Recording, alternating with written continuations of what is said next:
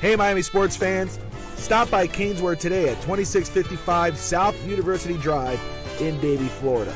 And check out their awesome merchandise selection of your favorite South Florida sports teams. From the Miami Dolphins, Hurricanes, Heat, Marlins, Florida Panthers, and Inter Miami, they've got it all.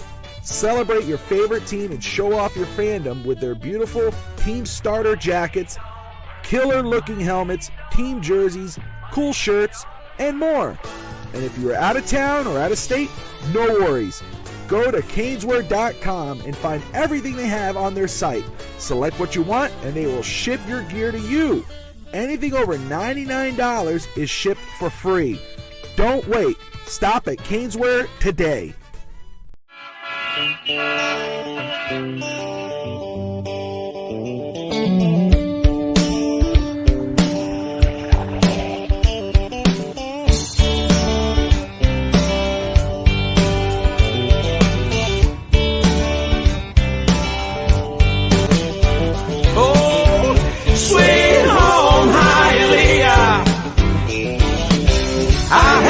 Traffic, but I love you. Ahora de Cuba la Bella, del Palacio de los Jugos. Los chicharrones.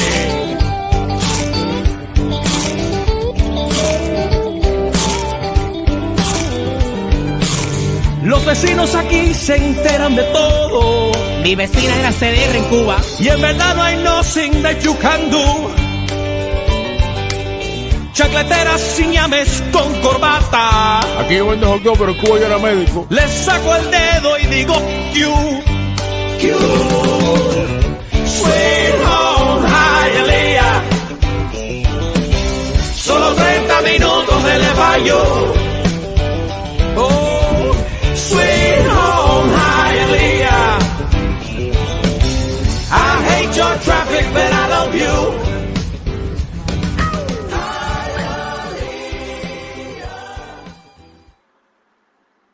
All right, hello everybody, and welcome to another edition of East 10th Street Boys, straight out of Hialeah. I'm your host, Bobby Melendez, joined always by my brother, Alex Atiachiska, and the man of the hour, MTSU Punter Kyle Ulbrich in the house, joining us for a special episode, a birthday episode for me. Not ask for the birthdays. We got them already. It's all good. Just saying. So, but I'm very excited. You did say it. I did. That was on me. That was on me. All right, appreciate it. Thank you, everybody. But anyway, got Cal in the house. He is outside Hard Rock Stadium right now, sweating there in Miami. Alex, of course, driving to the beach to sweat at the ocean. So, yes, big screw you to Alex. Did you enjoy the beach today? You're welcome, buddy. You're welcome. But before we get started, very quick, Kyle. Man, welcome to the show. How are you, brother? Doing well. Thank you guys for having me. Absolutely, man. Excited to have you on. Alex, you're on your way to the beach. How are you and the family doing?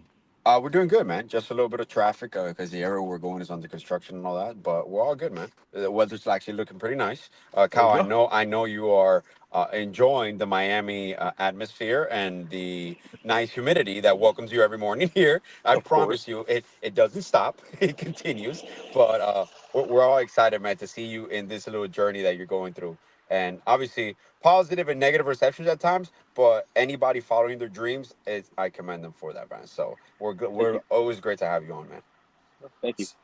Absolutely, and we're going to get into that. We're going to talk about your journey. I know you've been on several shows, but hopefully we'll ask you some questions that no one has asked you yet.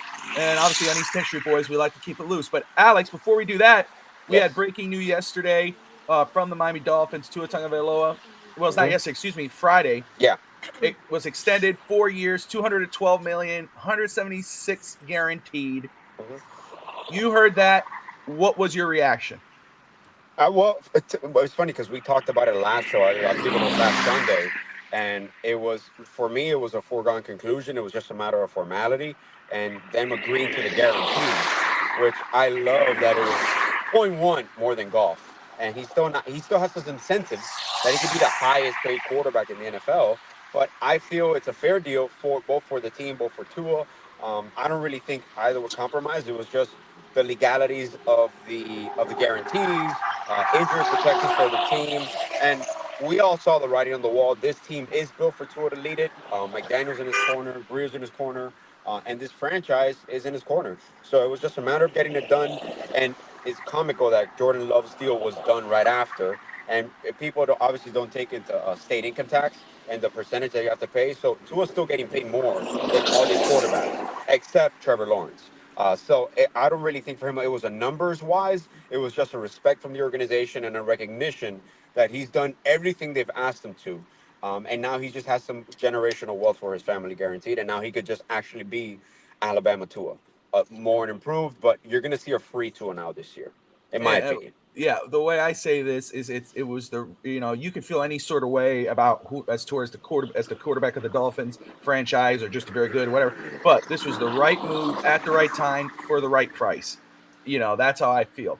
Let me see here, make sure I'm not missing anything. And then Kyle, obviously, looking to get an opportunity with the Miami Dolphins. Hopefully, you get that opportunity. But you follow, I'm sure, football. You play the game. I mean, at a high level. How did you feel about Tua getting that signing extension? I know this was part of the question, but I think about it now because don't want to leave you out. But you saw that news go down. What did you think? Do you think he deserves it? Yeah, of course. I mean, I think he led the NFL in passing yards last season. Led his team to the playoffs. I mean, he's got insane weapons around him, but once you pay a quarterback, take the stress off of them to perform. Like you said, it's just free range to just play how you want to play. That's so true. That's a great answer, man. And it's true now. And I said this yesterday on Finn's Talk today. Now Tua, there's no distraction. You get the monkey off his back. Now he knows. Forget the noise ever about Deshaun Watson, Tom Brady, Brian Flores. All that's in the past. You got your money. You got your extension. Tyreek, Jalen Waddle, all the above. Just play the football. Get to do the best you can this season and the next 3 to 4 years. Now, let's get to the main topic of the show, and that is our friend Kyle Ulbrich, like a house Ulbrich. I love that name. That's your theme song, dude. Once you get on a team, once you get on the Miami Dolphins, that's got to be your song. But man, you were talking about how hot it is right now, where you're sitting, Florida, and so this past week you've been making a lot of noise on Twitter. I mean, you've gone viral. You were on TMZ. You're on a lot of things, which is so cool. At the same time, it's so damn cool, but you're parked out at Hard Rock Stadium, and I started doing a little more research, and I saw, you were from Mentor, Ohio, and then you went to Middle Tennessee State University. So what I want to ask, why not the Cleveland Browns? Why not the Tennessee Titans? Why do you want to play for the Miami Dolphins? Yeah, I grew up a Browns fan. My mom still lives out that way. And really what it came down to was, the competition they had last year with Michael Turk and Jake Bailey. Yes. They brought in an undrafted free agent to compete with a pretty well-seasoned NFL veteran. And ultimately, Jake Bailey won the competition, took the spot. And they didn't bring anybody in this year. It was, Jake Bailey's job, outright after last season. And, I'm not an NFL special teams coach, and I don't know, exactly what the strategy or plans were to do last season. But, the stats, kind of pointed to they could reach out and either sign somebody or go after somebody in free agency, UDFA, something like that. So, and they didn't. And that kind of, I wouldn't say affirmed, but it helped me decide on, coming out here. Because, like I said, we've been talking about this with my friends for the past 3-4 months. So when they didn't sign anybody, it kind of opened up, the door even more so to be like, well, even if they don't take a serious interest in me, competition breeds greatness. So maybe they'd want, just to solidify him, get him some competition reps or whatever the case may be. And I just kind of felt, the Dolphins, I'm 4 hours away down in Key West. And I've been training in this, weather. So, I'm pretty accustomed to it. So why not? Oh, that's awesome. So you're living in Key West currently? Yes, sir. Awesome, man. That's perfect, man. That's Hey, great. Cal, one question. Aside from the Dolphins, obviously, this opportunity because of proximity. Has any other team reach out to you or any university reach out to you in regards to with as a professional punter, the ability of coaching, providing leadership in youth camps and all that. Has anybody else reached out to you because of this exposure? No, Like that not guy? from. I've gotten some fan stuff. Outside of that, no actual like organization, has reached out yet. But I mean, it's still early. I've only Okay. been out here a week, and just kind of, I guess, It's- waiting to see yeah. what comes. Yeah, Alex, you were cutting out there a little bit, but Absolutely, I think we got man. And the no, and gist of it. opportunities will come. And remember, like as you get into training camp, injuries happen, things and all those sorts. So Right.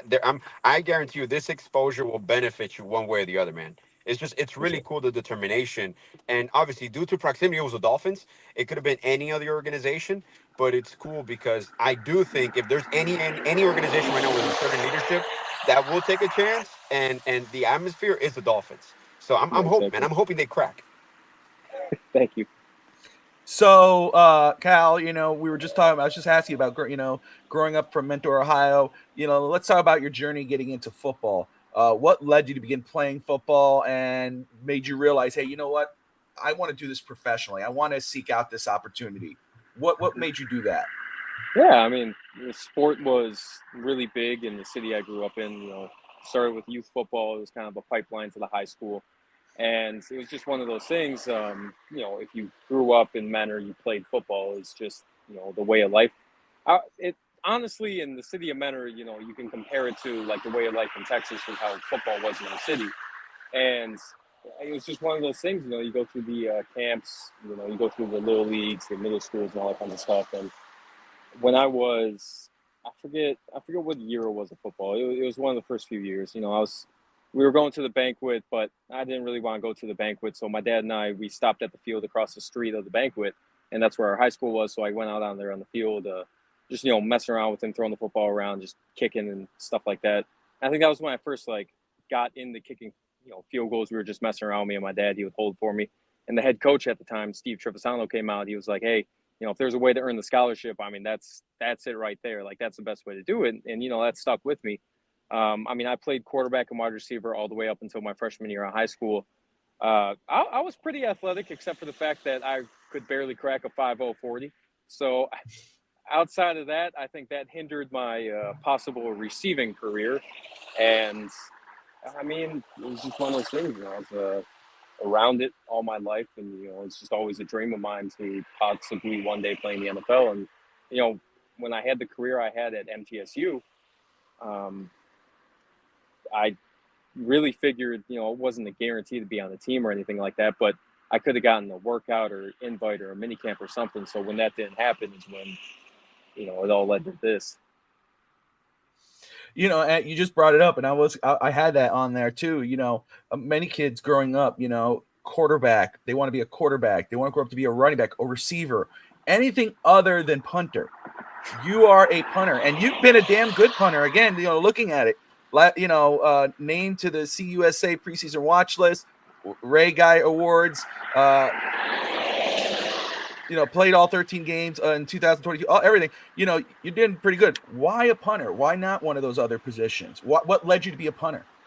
Yeah, it was just one of those things. I did field goals, kickoffs, and all that other kind of stuff in high school too. But, when I first went to Valparaiso University, the guy they had for field goals and all that kinds of stuff, it pretty much led me into punting just because I wasn't doing it. But no, I mean, it was just for a little league, we needed a punter and we had the tryouts, and I just happened to win it.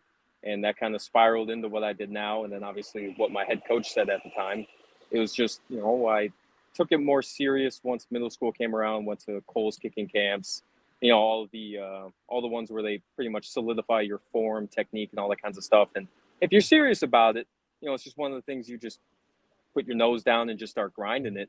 And, if you have a serious work ethic or natural talent, it's something you could take into college. And, I was fortunate enough to get my opportunity at Valparaiso University. And, that just spiraled into MT and then all conference accolades later. And here I am, I guess. No, man, absolutely. And, I just found it interesting. I don't think it's a bad thing. I love it because it's so true. Yeah. I want to ask those questions of, especially with punters. It's kind of, and the same thing with kickers. Kickers have those type of moments, but it's like, how does a I played high school ball. I didn't do anything other after that, but I played edge. Even though I wanted to play quarterback, whatever, they put me as edge rusher, and I love it. I loved it. But I never said, oh, man, I want to be a punter, So it's always interesting to hear how that came about. And, Brett Lagasse, host of Finstock Overtime, in the comments here. Appreciate Brett commenting. 67 punts over 50 yards in 4 years. 67 with an average of 44.5. I'm assuming that he must be talking about you. I don't know if he's talking about anybody, but I think that's you, man. That's crazy. So what type of work ethic do you have to be a successful punter in college? Like, to make yourself do that? How would that look like? Yeah, I mean, I'll preface this by saying, the taller guys have a bit of an advantage, and me being 6 foot's a little, okay, a little harder. But when you're out there competing, with the guys who are just naturally blessed, the tall, long levers, versus just the average 6 foot, kind of guy, or the 30-year-old Australians who have 5 kids back home, out there competing against virtual teenagers. You really just got to be committed to it and be able to work outside of the team. Like, you're going to have your workouts, you're going to have your practice. They're going to be out there, watching film, doing on-air routes, on-air practice, in the off season when you can't be practicing with the football, all of these other kinds of things, to where that's what they're doing. And you have to be able to realize, hey, they're on the field right now. We're either in the locker room or the weight room stretching and just shooting the whip. And, you gotta be able to have the commitment to be like, hey, I just worked out 2-3 hours ago. The team is just now finishing on the field. Practice is over. Everybody's going home. You got to be able to be like, well, I got to get my work in too. I got to get my reps in. And a lot of the times what we do is not seen by the coaches. It's only seen when you get the 3 or 4 reps in practice, and you have to make sure those count. So, to be a good punter or a good kicker, or whatever the case may be, it's really all about self-recognition, understanding where you're at, being able to identify the little things. I've never been the kind of guy to where I'll film what I'm doing to be able to see it. I've always been, pretty mentally aware. If I miss hit a ball, I know exactly what I did when I did it, and that next rep, I'm gonna do everything I can to, perfect it and get rid of any mistake I had at the time. And I mean, that's just kind of what you have to have. You have to have that mindset of, listen, I hit a 55-0 punt. The next one's got to be 51-5-1, and you always got to improve, even if the last one you had is better than average, because you're going to have situations where you get a high snap, and I've had a few of them. I've had snaps over my head, had to run 50 yards back and be able to punt it. And I remember the announcer saying, because that was my second year there, they were like, I've never seen a punter smile so big after an 8-yard punt, but I just ran. I think the ball was snapped at the 40, ran over my head, picked it up at the goal line, juked the defender out, and let the ball bounce 8 yards past the line of scrimmage. So, situations like that, they're going to kill your average. A punt can get blocked, the rush comes, you got to get it off, you take a one-step punt, all these other things, you have to be able to, in a numbers game, in a numbers statistic, like a position of punter and kicker is, you're going to have your mistakes that you can't control. If you can control them, every single ball is going to be great, but you can't. So it's really all about bouncing to the next one, being able to hit a better ball than your perfect ball, and just being able to be consistent. And you just got to work that consistency to a T. That's awesome, man. Well, let me ask you this in regard to football. I know you're putting in the work right now to get an opportunity to play, at least an opportunity to try to get a chance to play on the Miami Dolphins 53, at least get into training camp, get an opportunity to get on that field. We're all pushing for you. What's the end game, brother? If you get an opportunity with Miami, God willing, and let's say you don't make the cut, or you just don't get an opportunity at all, what will be your next move after that? Will you go and try to get onto another team, or will you still pushing for that? Would you look to try to get into another league, CFL, AFL, XFL? What's your goal after that? Yeah, my goal right now is to be on a team, and it doesn't matter what league it is. I mean, European football, Canadian football, UFL. Anything to put me in the jersey and for me to be able to make what I'm saying right now, be true. I don't want to just be out here just trying to get attention or anything like that. What I'm saying, I I firmly believe it. I firmly believe I'm one of the best. If the Dolphins gave me an opportunity, I would win the job. And Love that, man. if I did everything I could to the way I'm talking right now, I'd be a Pro Bowler. And I can't be a Pro Bowler until I get the opportunity. I understand that. And if I don't get the opportunity in the NFL, I'll be first team UFL, I'll be first team CFL. Whoever gives me the opportunity, it will pan out for them. And I mean, I'll be patient, I'll be humble, and I'll be, obviously this is a little humiliating sitting out here and begging for a job. I've seen the comments, put the fries in the bag and stuff like that.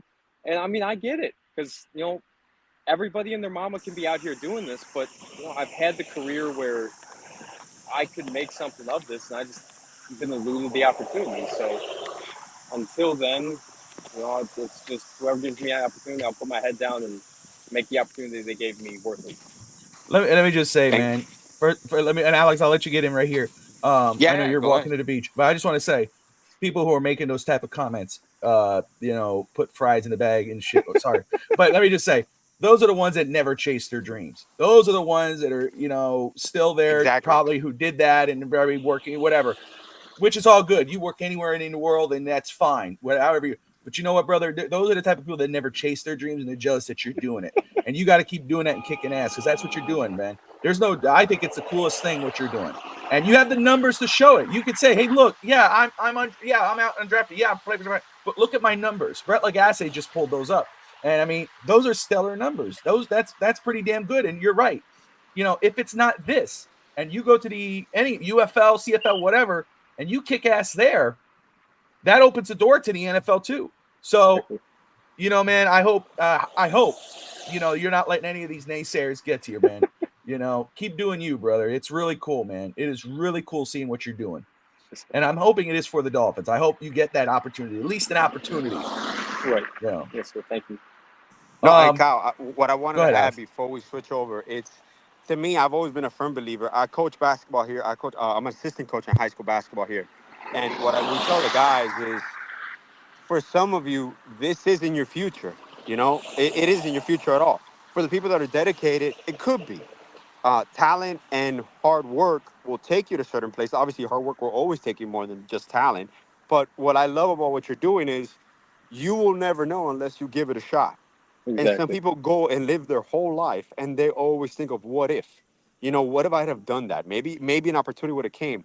But what's the worst that's going to happen? You got to know, okay, you're back in the same situation. It doesn't matter.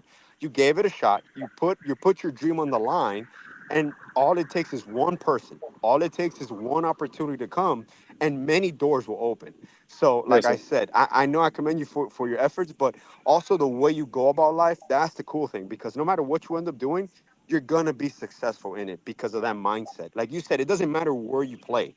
You could play in the middle of Europe and you'll still be number one in that section. I mean, your numbers speak for themselves. So the talent is there. It's just the opportunity. So, and like I said, hey, my power to you, bro, because very few people get to live out their dreams because they don't chase it. And you're doing everything in your power to do it. And that's all you can do, man. Yes, sir.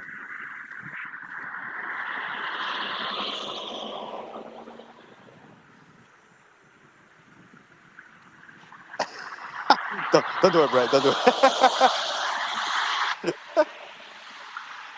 Bobby, we can't hear you. We can't hear you, Bob. Can you hear him, Kyle, or no? Or is it just Sorry, that's me. I turned off my mic because I don't want you guys to hear me coughing or nothing. Sorry. I just realized. I was talking mad shit. No, I'm just kidding. But he always does. He always does after that. Just having fun. I said, let's get into some random questions, okay? Hold on, just a view, okay? Okay, Alex. There we go, buddy. Alex. There we go. Alex. Thank you, Alex. Yeah, you're a prick. I love you, buddy. I hope Happy a crab birthday. bites your baby toe. I hope a crab. Kyle, I know this doesn't do anything. You live in Key West. Key West is super chill, love Key amazing West, environment. So I know you see this every day. Yeah, the fiance loves going to the beach on her off days. Yeah, Key West is amazing, man. I love Key West, man. Now I'm here in near Nashville. I'm in Franklin, Kyle. So about 40 minutes away from MTSU. Still a nice area, though. Aren't you nice, the head dude. coach, Franklin. Bobby, of MTSU? Am I the head coach? Yeah. Aren't you the head coach right now? I was the offensive coordinator on my the college football game. I was. I just got You hired did? as head coach of Miami. So there you go. Oh, you just took the Miami job? Yeah, they offered me the job in the game, Awesome. dude. Yeah, I was like, I gotta take that job. I gotta take it. You know, I drove to Hard Rock. I saw Kyle. I waved at him as I drove by. I was like, Come on, Kyle. come on, Kyle. No. All right. Here we go. All right, Kyle. These are random questions. Usually what I do on our show. Obviously, we talk other sports, but we're sticking with this today. But just to loosen it up, random questions. It's the best part of the show, Kyle. Say what? What'd you say? It's the best part of the show, man. You're the best part of the show. But I guess this can continue a part of that interview. Man, if you weren't playing football, what would you be doing? Well, I've had 2 years to think about that. Okay, as I've been unemployed. I mean, probably working some kind of job. I mean, I got the finance degree and everything like that. One of my goals was to run for president one day. So maybe get that whole career going and start small down there in Key West. Maybe take over as mayor. Or, what county is that? Monroe County or something like that. Yeah, I don't know. That's not bad. Give me something in politics or finance, something like that. There you go. Make sure I'm going to write your name here in case you go big. Now I can say I had the presidential candidate on one day. Put that on there, or the mayor of Key West. Now, other than football, though, sticking to that, what is your favorite sport? Football. But other than football. Oh, my bad. I don't know. I'd say it's pretty evenly split between hockey, baseball, and basketball. I don't have a favorite out of among them, but between those three, those are all tied for number 2. Okay, there you go. Now here we go. Well, let me do this one, and we'll get to the silly ones. Whose advice do you value the most in your life? Probably between my dad's and some of the father figure coaches I've had throughout my career. Obviously, my fiance too. But very smart answer. Very smart answer. Man. Very smart answer. I saw that. He looked up a little bit. And he's like, my dad and some coaches. And I was like, oh, my fiance too. Hi, she's there. It's all right. We're married, bro. We did it. We understand where you're coming from. It's all good. But no, you know what? That's so true, though. Your partner, your fiance, your wife, usually is the best one you can listen to because they know you and they're obviously in your corner. But pretty cool, pretty funny answer. What beach are you hanging out on, Alex? Stanza's asking.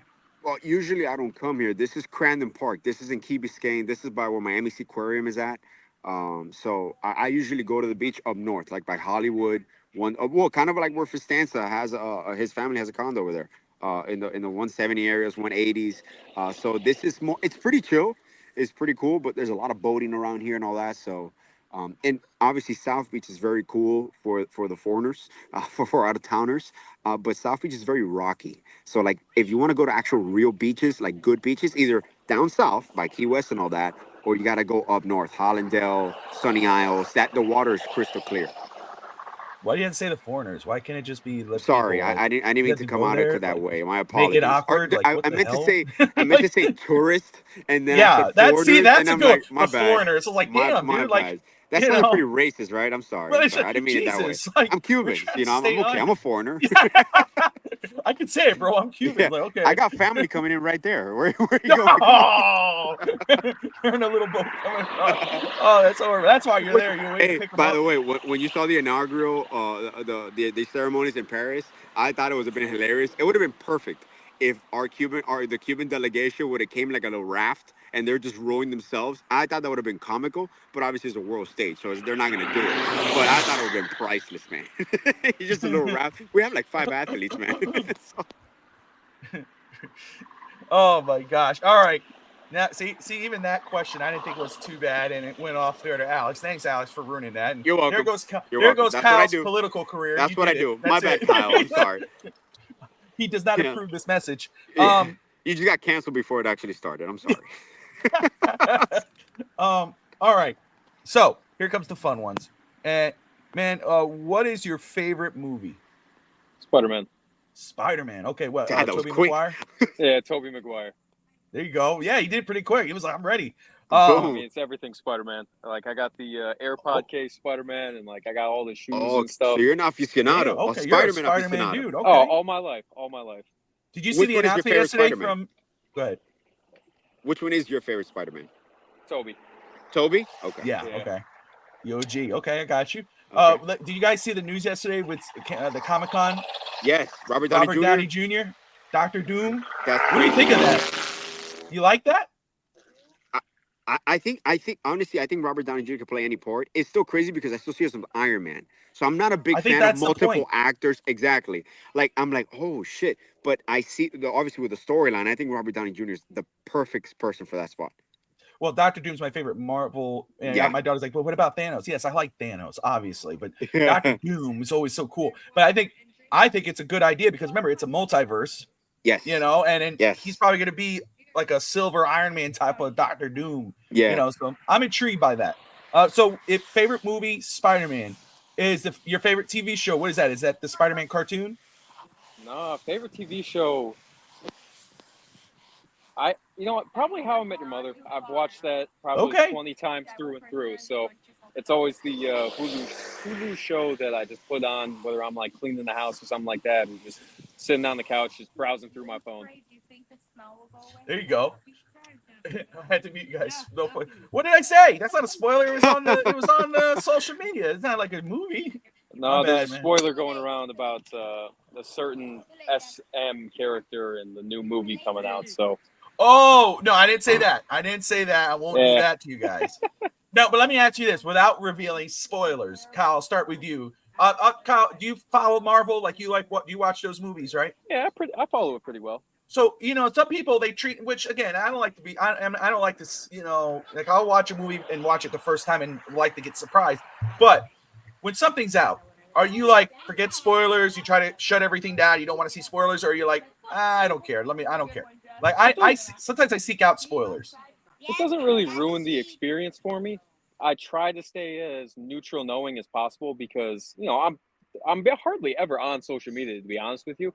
I had to re-download, I guess it's X now, X and Instagram just to for this whole thing I'm doing right now. But normally it's my friends who tell me, you know, this movie's coming out, or the fiance and I have a Regal, I think it is the Movie Pass. So yeah, I think it's like $25 a month. We go to as many movies. So anything that comes out, it doesn't matter what it is, we try to get our $25 worth each month. So I'm always in the know about what's coming out, at least in our theaters. So I don't know the spoilers too well, but I see the trailers, and I know there's avid moviegoers who hate watching trailers because of the spoilers in them, but it doesn't affect me.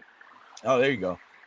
I'm the same. I could find out a spoiler, and it's not like, oh, it's ruined. I'll watch it and still enjoy it and whatever. The thing with trailers, people say that it spoils the movie, but a lot of times now they put these dummy scenes in there where they're not really from the movie or the TV show. Now, what is your most irrational superstition that you may have? Irrational I think, honestly, it was probably, actually, in thinking about it, I realized what it was. So, before every game, we played on Saturday, it was Fly Friday. So, that Thursday, every week, is when I would shave. I would come out, you know, smooth, you know. I would, every Thursday, I don't know what it was, I don't know why I did it, but it seems like when I shaved, I always had the better performance. And there was one week I forget why I couldn't do it. I think we had a late practice. I think I had to like take my dog to a rover or something like that, so I didn't have the time at night. Had to be up early in the morning. Don't really remember what it was. And I had a good game, but it wasn't great. So at that moment, it kind of affirmed my irrational superstition that 2 days before the game, I had to shave. If I didn't shave, something was going to go awry. I like that. I have a few, and you know, I don't know how irrational it is, even though my wife calls them irrational. But one, in regards to football, you know, watching the Dolphins, I won't wear any Dolphins gear, and the other one, I won't have any. There's no affection. You know, it's funny because everybody wants. You know, if I'm going to a game like at the stadium, I'll wear Dolphins gear. But if I'm at home, I will not wear one piece. I've noticed that when I do, whether it's socks, a shirt like this, all of a sudden they lose or there's an INT. The other one's affection. Why? The wife wants nothing to do with you throughout the day or the week or whatever. As soon as the Dolphins are playing, all of a sudden she wants to get. Oh, give me. Let me get out of here. She does it. The attention. You're focused on something. All of a sudden now they want it. Yeah. No. She gives you a kiss, and I remember telling her, stop doing that. No, I can't do it. After the game. She's like, you're being stupid. This was when we were engaged, Kyle. Yeah. And we were living together, and I said, no, watch, trust me. And one day I was like, you know what? Fine. I was like, wait. I was like, fine. Go ahead. She gave me a kiss. All of a sudden, interception, touchdown. It was a pick six. She went, oh, that's my God. I said, see, get your ass. It was fun. So from this day, I'm always kind of, even my kids, I got to kiss them like twice. They give me a kiss. I go ahead. So it's like a reverse. Kiss you once and reverse it. Go back. That's an irrational one. What? It works, dude. Trust me. It ain't irrational. I mean, it is. What about you, Alex? You got an irrational superstition? Well, the one with sports is if I'm watching a game and we're losing, even if I love my team, and if I switch a channel and I go back and I see they're on a streak, I turn away. I'll keep watching something else. I'll just turn back when there's a commercial or something. I'll see the score, and then if I stay watching and I see that they start regressing, I switch it right back real quick. Mm-hmm. And it's funny because when you start thinking about that, there could be literally hundreds of thousands of people doing the same exact thing, and we have no correlation whatsoever to the performance on the field, on the court, or anything. It's just how we think as fans. And the fact that we'll do anything to make sure our team is victorious is funny to me. Whereas not watching it. Well, legit, one time, I had one of my good friends, Charlie, we were watching, it was in 2003, the famous when Conine threw to Pudge, and he got, I think it was Richard really out. Or the Florida somebody. Marlins, baseball. Yeah, Florida Marlins, baseball. We were playing, and every time he was watching, we were struggling. So the last inning, I made him watch it from outside of my room, and I was telling him play by play what was going on. And then he came in. It was like 2 outs. He came in, and they got a man on first and second. I'm like, bro, get out. That's it, get out. He goes out. They hit the little blooper to the left. Conine feels it, throws it a Pudge, throws him out at home, and we win the series. And I'm like, come back in, we're good. There you go. Everybody has it, dude. Yeah, everybody has it. Everybody has them. With sports, and then there's a bunch of others in real life, about your other regular life. So everybody has a little tick and fears and traditions and a bunch of shit. Yeah. This one's a good one. I have two more on there. This one is what is a telltale sign that you're upset? Like, you don't have to vocal it. You don't have to say it. But if somebody saw you and they could, if they know this sign, they go, oh, damn, Kyle's pissed. Oh, I try to stay as level at all times. Okay. Unless I'm playing video games or something like. There you go. But I mean, if I'm mad doing that, I'm mad. There's no hiding that. You're cussing, you're screaming, you're mad. I guess the only thing I can think of is just when I'm more quiet than normal, because pretty often, aside if I'm just talking with the fiance, I mean I don't really, I guess, talk out of turn too much. She's always telling me she carries the conversations, but outside of that, I mean, I think if I'm just, I guess, shortened conversations, I guess, is when she would probably tell me, I'm a Something's bit upset or so. Yeah. I think I think that goes. I'm the same way. I get quiet.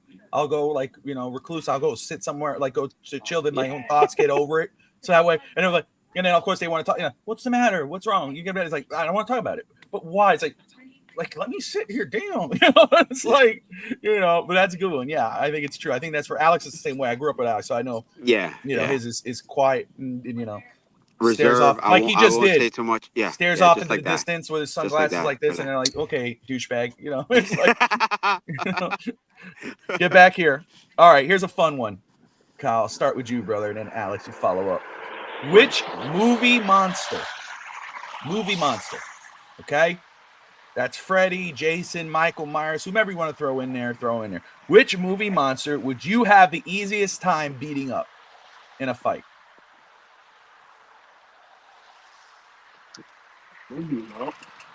I know he doesn't really count, and I'll give you a better one, but that Saw dude in the little chair, I feel like I'd have a pretty easy time with him, but I know he's not the threat in the movie. Yeah, I mean, I feel give me Freddy. I mean, I know he's got the claws, but outside of that, he's no superhero or anything. I think he's just a guy with some claws. But I mean, give me Freddy, because I know he comes to you in your dreams, but like I feel like you just dream of a weapon, and then all of a sudden you're good to go. There you go. That's a perfect answer. I mean, it's great. How about you, Alex? I would say Chucky. I'll beat the shit out of Chucky. I was I'll beat gonna him say senseless. yeah, no pun intended, but punt the shit out of him. Yeah, that's perfect. Yeah, but yeah, Chucky. I mean, but if damn, Chucky's a good one. Oh, but wait, that's a great Kyle. If you ever get your own podcast, no punt intended. That's pretty cool, man. That's a pretty cool thing. That's a good title. Does that exist, bro? Did I say a title that already exists or no? No, I don't think so. No, I haven't seen one like that. There you go. No punt intended. Nice. Brett says Leprechaun. I remember Leprechaun. Oh yeah. But no, Freddy Krueger's a fun one. What is the one that if you see him, you're like, oh shit, I'm done. Ooh, the movie monster. Yeah. Like you're like, fuck. This is it. I mean, there's a few of them that you could say that, right? I mean, movie monster. For sticking with horror guys, right? Not like thrillers or whatever. Yeah. Or sci-fi. Be like either Jason or Michael, right? Michael Myers or Jason, I would think. Yeah, because you can't do anything to those guys, right? Yeah, like, what are you gonna do? Like throw them in a shredder and good luck. They're like super strong. It's like that's it, guys. Well, it's nice knowing you. I'm about to die. It's like peace.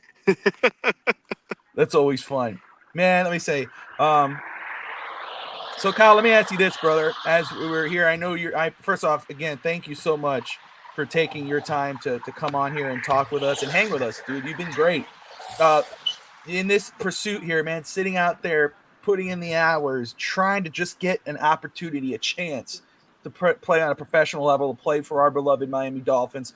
How long do you think you could continue to do so, man? How long are you committed to sitting out there? Is it till the end of camp, the end of preseason? What's your goal, brother? Yeah, I mean, I think right now the timeline is training camp. I think it's August 15th it ends. The only thing hindering it a little bit is the Airbnbs.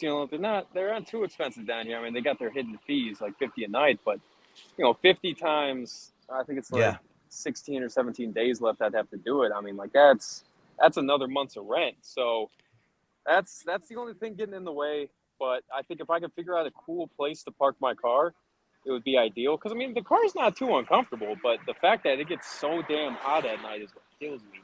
But I really think that's what it is. I mean, training camp, I've tried looking for part-time work, and I have yet to find it. But I don't have a job to go back to. The fiance is working right now and all the other kinds of stuff. So, I mean, outside of her and my dog, I mean, this is really the only thing I've got, to do each day. I mean, outside of the training, kicking, and working out. But, I mean, this is about it. So if the time, like outside of figuring out where to put my head at night, there's nothing in the way of me, sitting out in the sun for however long I have to. I mean, it's like I said before, it's a child going to bed sleeping with a football. It's, me drawing all 32 logos in elementary school when I should be focusing on the teacher, not going out to parties, sticking to myself all throughout high school, college, not having much of a social life because I never wanted to get in trouble and put anything in the way of a possible career.